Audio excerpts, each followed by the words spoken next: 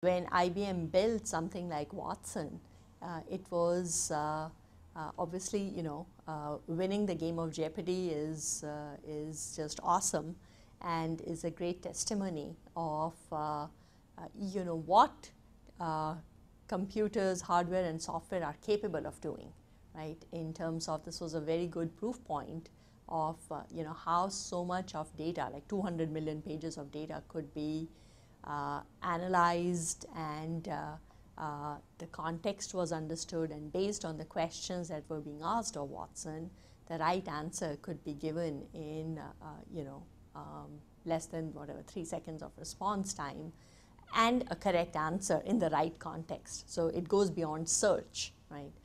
And of course, IBM is there are a lot of places where you need this kind of analysis done, where there's a lot of information which needs to be searched so that it can help or assist maybe doctors, right? You can see a lot of usage of this in the healthcare industry. You can see a lot of usage of this in from a government. Lots of content is there, right? But if somebody asks a question, how easy is it to get that answer? Where there is a lot of call centers, right?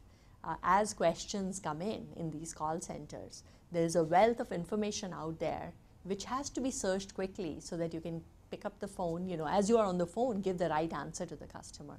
So certainly Watson was not just built for Jeopardy, but it is also being utilized in healthcare, in call centers, where it's a similar usage, right?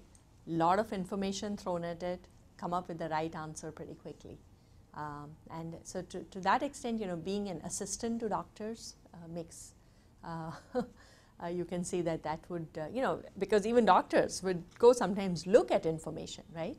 So instead, if they could ask a question in natural language and get an answer, which we showed in Jeopardy was pretty accurate. So that's certainly some of the usage.